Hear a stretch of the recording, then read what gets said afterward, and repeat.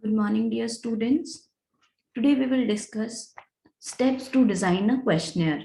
We will be discussing the whole process of designing the questionnaire. In our last video, we discussed what are the basic things to take care of while designing a questionnaire. So let us start with just the basic definition of questionnaire once again. Questionnaire, whether it is called a schedule, interview form, or measuring instrument, is a formalized set of questions for obtaining information from respondents.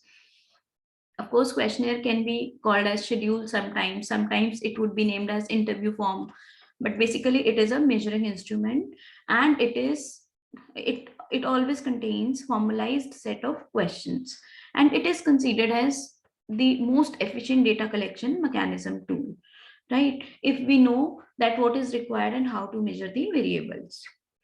Let us discuss the steps now. Number one, specify the information needed. Number two, specify the type of interviewing method you will be using while conducting the survey. Number three, determine the content of individual questions you have taken up in the whole questionnaire. Then design the questions to overcome the respondents' inability and unwillingness to answer. You have to analyze the set of questions on the basis of whether respondent would be able to answer the questions, or whether he would be willing to answer such questions or not. Both of the things to be considered are very important.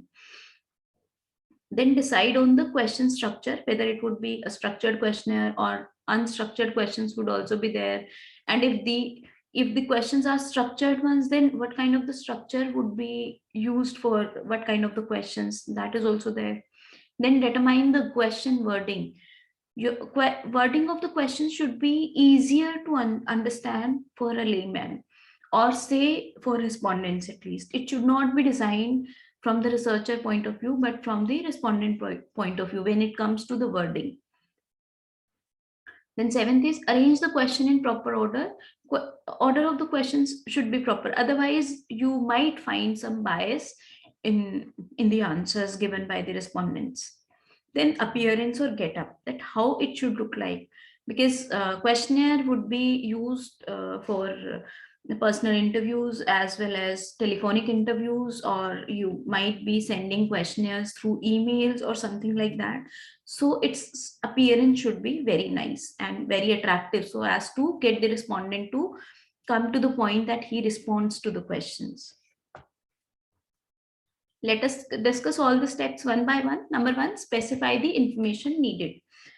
It is important to have a clear idea of the target population for that. Yes, first thing is you must be having an idea about the target population, what kind of the population you are going to have survey. For example, the characteristics of the respondent group have a great influence on questionnaire design. What are the characteristics of respondent group you are going to analyze? Because questions that are appropriate for college students may not be appropriate for a housewives. Yes, it happens. Students, it depends what kind of respondents you are going to face. Questions will be accordingly. Then the more diversified the respondent group, more difficult it is to design a single questionnaire that is appropriate for the entire group. So sometimes we actually design 2 or 3 questionnaire as per the respondent group, if they are actually from vast uh, categories of anything, maybe their views or maybe geographical locations or something like that.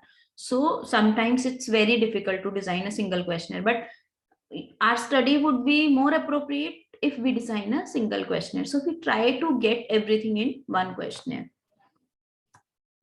Then type of interview method. Yes, it's very important what kind of the interview method you are going to use, so that accordingly you will be designing the questionnaire. For example, if you are going for a personal interview, respondents see the questionnaire and interact face to face with the interviewer. Thus, lengthy, complex, and varied questions can be asked here, because the respondent would not be bored. Plus, you can ask the respondent to respond, you can request them, right? Because you are meeting them face to face. Then, in case of telephone interviews, the respondents interact with the interviewer, but they do not see the questionnaire. This limits the type of questions that can be asked to short and simple ones. You have to be having questions which are really easy to understand, which are very short and simple when it comes to telephone interviews. There are so many other things also to be considered. Then mail questionnaires are self-administered, so the questions must be very simple and detailed, right? And detailed instructions must be provided along with them, that how to answer these questions. We will be discussing these three things, like how to design a questionnaire as per personal interviews, telephone interviews, or mail questionnaires separately in our next video. So that is why I'm not going in detail with these three things here. Third is determine the content of individual questions. How would you determine the content of individual questions? First of all, you will be checking whether the question is necessary or not. Every question in a questionnaire should contribute to the information needed or should serve some specific purpose. I mean, you should ask actually the question from yourself that if there is no satisfactory use for the data resulting from a question, that question should be eliminated. You should ask yourself whether this question is giving you the right answer, the kind of answer you are looking for, right? Or in certain situations, however, questions may be asked that are not directly related, but the information related to that question is very necessary. Sometimes that also happens. So it sometimes we go with some unnecessary kind of questions to ask about, to get some very necessary information. So that is also to be judged by the researcher. Then it is useful to ask some neutral questions at the beginning of the questionnaire to establish the involvement with the respondent when the topic of the questionnaire is sensitive or controversial. Especially in case of sensitive issues, we go with some neutral questions in the starting, but in any case, you should always start a questionnaire with some neutral questions, and then you should start with specific questions and 100% specific questions in the end. And if there are sensitive questions, they should always be asked in the end. And if the topic is such that the whole of the questionnaire would be related to the sensitive information, then you should start with neutral and try to mold the language in a way that researchers should not feel embarrassed by the questions. Yes, at times certain questions may be duplicated for the purpose of assessing reliability or validity. Sometimes we actually duplicate the questions so as to check the reliability in the end, because sometimes what people do is they just check every question, every answer just like that. So we'll get to know whether they were just doing, just ticking the questions, or they actually replied. Through duplicate questions, you can actually check that. Then are several questions needed instead of one? Sometimes you get answer of a question by asking 3-4 questions in a row, right? So sometimes that is also necessary to include different questions so as to get one answer from the researcher. Once we've decided that the question is necessary, actually necessary, then only we should include it. Otherwise, if we feel like that these questions are giving you unnecessary information rather than necessary information, then you should exclude the extra questions. For example, do you think Coca-Cola is a tasty and refreshing soft drink? Is the question asked in the right manner? No. A yes answer will presumably be clear, but what if the answer is no? Does this mean that the respondent thinks that Coca-Cola is not tasty, that is, it is not refreshing, or that it is neither tasty nor refreshing? So there is a confusion. Such a question is called double-barreled question. We discussed these questions in our last video, like when a question contains more than one question, that is called double-barreled question, because 2 or more questions are combined into one. To obtain the required information, 2 distinct questions should be asked in this, like, do you think Coca-Cola is a tasty soft drink? And another question can be, do you think Coca-Cola is a refreshing soft drink? Then it would be correct. So we should avoid such double-barreled questions as well. Next is design the questions to overcome respondents' inability and unwillingness to answer. How would you do that? How would you check whether customer is actually actually able to answer the question or not. For that, we have to consider a few things. Researchers should not assume that respondents can provide accurate or reasonable answers to all the questions. Yes, you should always be ready for some answers which might not lead you anywhere, because respondent is also not fully aware of the issue, plus he's not 100% able to recognize and remember everything. Researchers should attempt to overcome the respondents' inability to answer. When you are going for personal interviews, face to face interviews, in that case, researchers should try to attempt that. But otherwise, when in case of a telephonic interview or mail questionnaires, researcher is not able to do anything. So that is why we try to avoid such questions. Then certain factors limit the respondent's ability to provide the desired information. Sometimes respondent is not aware about the issue. Respondent is not able to actually answer the question. So these are the issues. Let us discuss them one by one. For example, respondent may not be informed, may not remember, or may be unable to articulate certain types of responses. For example, is the respondent informed? You should inform the respondent beforehand if you want your research to be, more helpful, or say and that also depends on the topic, like whether you want you can disclose that yes, you are doing so and so research or not. That also depends on this particular information. So respondents are often asked about topics on which they are not informed. Yes, in that case you should not expect 100% cooperation from the respondents. In situation in which not all respondents are likely to be informed about the topic of interest, filter questions that measure familiarity, product use, and past experience should be asked before questions about the topics themselves. Yes, if you are using filter questions, that would save your time as well as the respondents' time. And they would be more willing to answer other questions with more ease. Then filter questions enable the researcher to filter out respondents who are not adequately informed. Now you can actually form two groups, one group of respondent which was actually informed, and another group which was not informed. You can do your comparisons, plus you can analyze the available information and answers accordingly.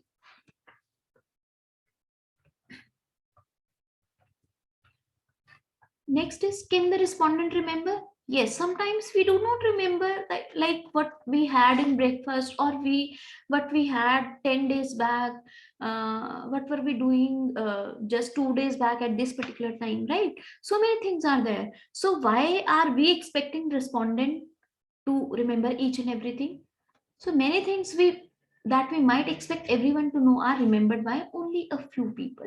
So we must be prepared for that also, right? Test it out on yourself. Can you answer the following? You actually should test it on yourself before designing a questionnaire. Like, what is the brand name of the shirt you were wearing 2 weeks ago? What did you have for lunch a week ago? What were you doing a month ago at noon? These questions are incorrect as they exceed the ability of the respondents to remember, but you should actually try. You can, reduce the time limit, and even then you would not be able to reply to yourself. So why are we expecting respondent to remember everything for us, for an unknown person, for an unknown survey? So we should be prepared for such things. So our questions should be designed in such a way that they are to be, they are more open to answers.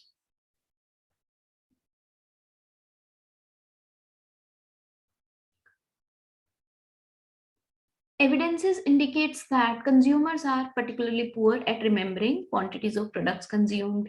The inability to remember leads to errors of omission, telescoping, and creation. The ability to remember an event is influenced by the event itself, how interesting the event was, the time elapsed, how much time back the event happened, and the presence or absence of events that would aid the memory. So many things are there, and we need to consider all of them. And if we are considering all of them, then either we should inform the respondent beforehand, so that when the mention of such an event comes up, he might remember a few more things till the time you will be actually asking the question from the respondent.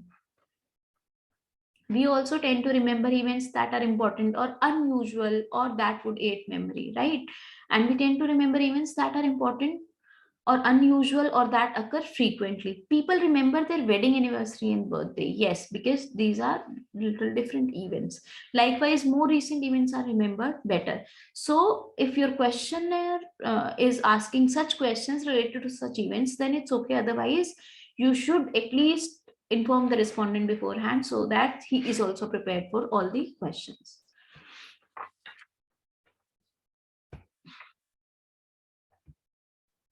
Can the respondent articulate? Respondent may be unable to articulate certain types of responses. For example, if asked to describe the atmosphere of the departmental store, they would prefer. Most respondents may be unable to phrase their answers. On the other hand, if respondent is provided with alternative descriptions of the store atmosphere, they'll be able to indicate the one they like the best. So multiple choice questions also help sometimes, right? So that is also a kind of thing you should add, or you can even provide some pictures so as to give him some more ideas about the answers. Thus, the respondent should be given aids such as pictures, maps, descriptions to help them articulate their responses. Then how would you overcome unwillingness to answer from the respondent side? Even if respondents are able to answer a particular question, they may be unwilling to do so. Till now, we discussed if they are actually unable to answer. Now, if they are unwilling, then what would you do? Then too much effort is required.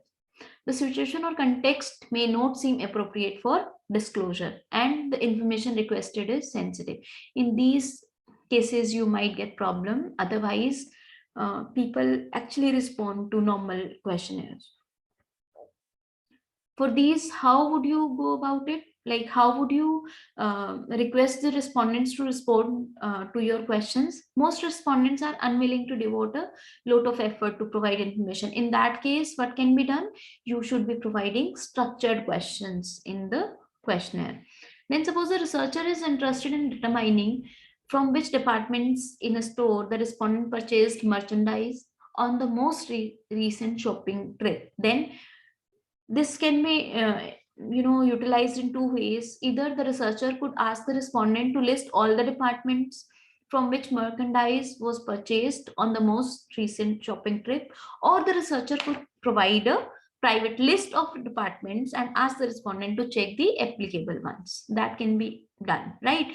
But respondent would be more willing to answer in the second case. So second option would be more preferable because it requires less effort from the respondents.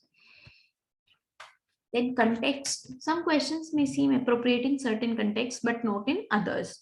So what would you do in that case? For example, questions about personal hygiene habits may be appropriate when asked in a survey sponsored by the American Medical Association, but not in one sponsored by a fast food restaurant. Yes, so these are also different kind of the situations. So you have to be careful, while very careful while designing the questionnaire. Respondents are unwilling to respond to questions which they consider to be inappropriate for the given context. For example, sometimes legitimate purposes are also there for your research. Respondents are also unwilling to give information that they do not see as serving a legitimate purpose. If they know that this is not going to serve any purpose, sometimes they don't respond at that time also. Then they do not respond, or they are unwilling to respond when the information required is very sensitive. And sensitive topics can be different for different persons, and these include money, your family life, your personal habits, political beliefs, religious beliefs, and involvement in accidents or crimes. So you should be very careful while designing such a questionnaire related to such sensitive information. For that, you have to always start with neutral questions and ask these questions in the end, plus provide a structure to answer so that people can respond positively. Then how would you increase the willingness of respondents? Respondents may be encouraged to provide information that they are willing to give by the following techniques. Maybe number one, place sensitive topics at the end of the questionnaire, or preface the question with a statement that the behavior of interest is common. For example, before requesting information on credit card debt, say recent studies show that most Americans are in debt, so that they can easily reply you about the related questions. Or ask the question using the third person technique. Phrase the question as it is referred to other people. You have to pose a question in a way that you are trying to check others behavior, not his. So that might be one of the reasons. Or you can provide response categories rather than asking for specific figures. Do not ask what is your household's income, but you should be asking, you should be providing the categories that kindly pick on appropriate category for your household income, like this one. You should be providing income categories, then they will be, people would be more comfortable to reply on this particular thing. So categories always help, structured questions always help in getting information, even if it is a sensitive information. So now choosing questionnaire question structure. There are two kind of structures of the questionnaire. One is unstructured questionnaire. These are generally called as open-ended questions as well. And another one is structured question. Structured questions are those which are with fixed alternative. We call them structured questions. We call them close-ended questions as well. We call them fixed alternative questions as well. For example, if you ask someone like, what is your occupation? The person would think and then reply, and he would be very lazy while writing. But instead of this, if you provide 5 options, like if you are a businessman, you are a salaried person, you are a student, you are a researcher, you are related to court, you are an advisor, you are a doctor, you are an engineer, something like that, then they might be able to provide you the right answer just by clicking on the on that particular box. So this is more easy for them to reply. So you should always try to go with structured questions. Principal disadvantage is that potential for interviewer bias is very high in case of unstructured questionnaire. So you should always go with structured questionnaire so as to get right information, unbiased information, and quick information.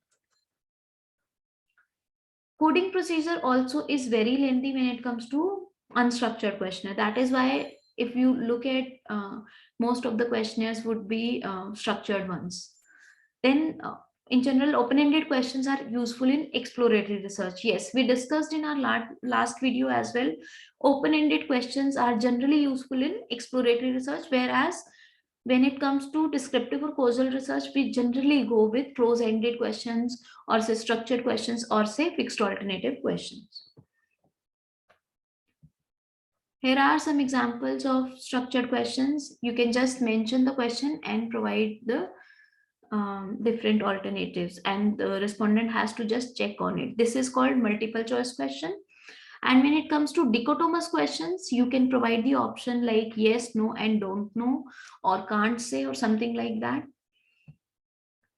Then determine the question wording. Language should be decided as per respondents. When it comes to the language part, it should be as per the respondent always in every kind of study.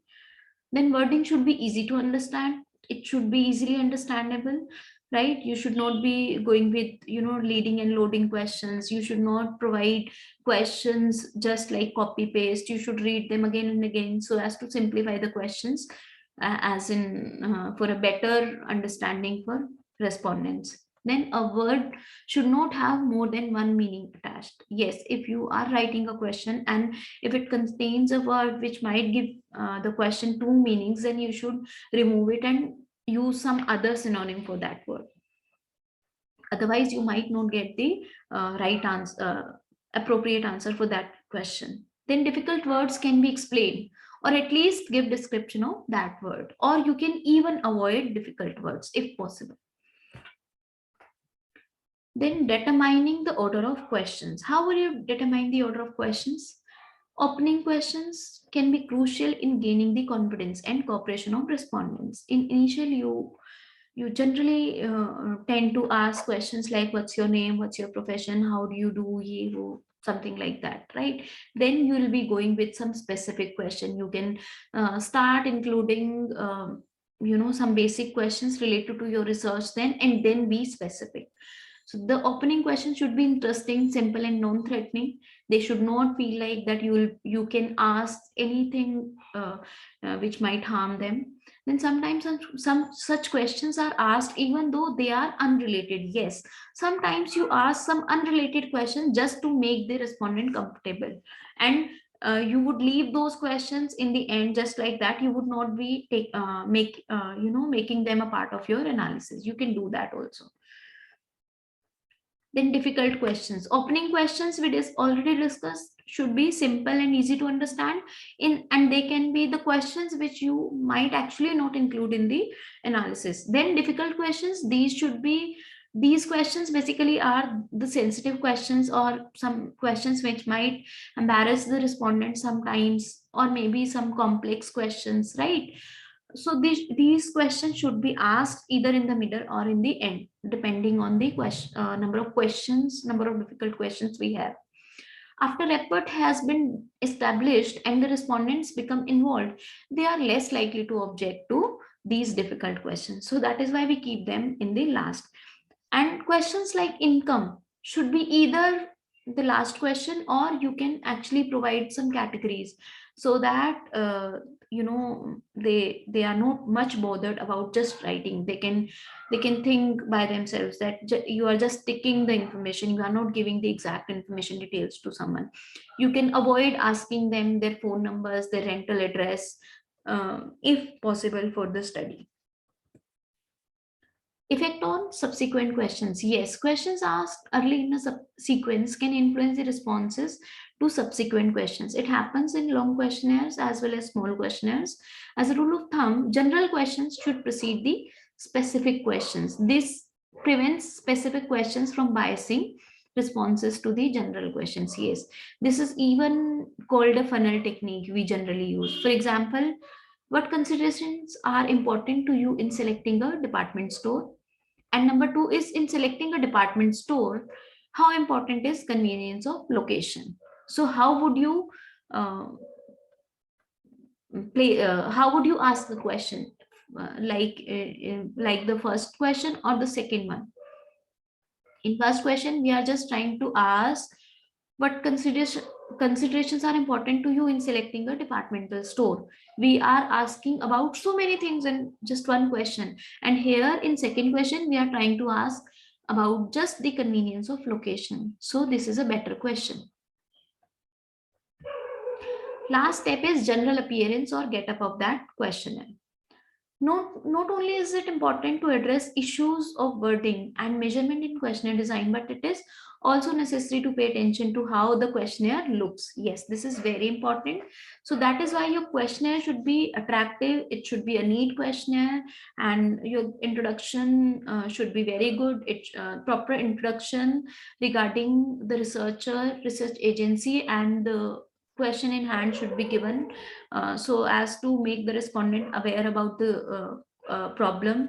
Then you should be assuring the respondent about the confidentiality of the information they would be providing, and in the end you can actually include a thank you note. Then when it comes to information on income and other sensitive personal data, then you have to be very careful. You can keep the questions same, but their design can be little changed when it comes to some particular demographic areas, some geographical areas. Depending on that, you can alter the questions, and you should always keep such questions, income related and some sensitive personal data related information, in the middle or in the end.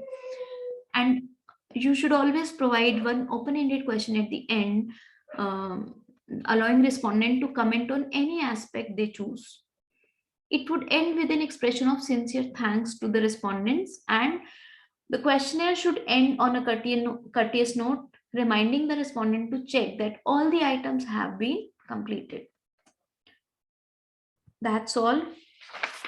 Let us discuss some true false. Number one, accuracy means that the information collected from a questionnaire is valid. Is it? Yes, we actually check accuracy so as to get the validity done. So that is true. Second is a fixed alternative question may tempt respondents to check an answer that is more prestigious or socially acceptable than the true answer. Is it? Does it do the same thing? No. Actually, fixed alternative questions require less interview skills. So this is false. Proper introduction that clearly discloses the identity of the researcher and conveys the purpose of the survey is absolutely necessary. Is it? Yes, it is actually necessary while designing a questionnaire. So it is true. Fourth is the questionnaire should include an open-ended question at the end, allowing respondent to comment on any aspect they choose. Yes, this we just discussed it in the last slide. True. Then a loaded question suggests a socially desirable answer or is emotionally charged. What kind of loaded question we generally face? It is yet actually socially desirable or emotionally charged. So it is true. Self-assessment questions. Number one, discuss factors to consider when determining the order of questions on a questionnaire. We just discussed it. Then discuss layout issues of a questionnaire. You can discuss layout issues of a questionnaire in general as well. You can discuss layout issues of a questionnaire while taking example of either personal interview, telephonic or mail interviews. Then list down the steps of designing a questionnaire. Explain them with the help of an example.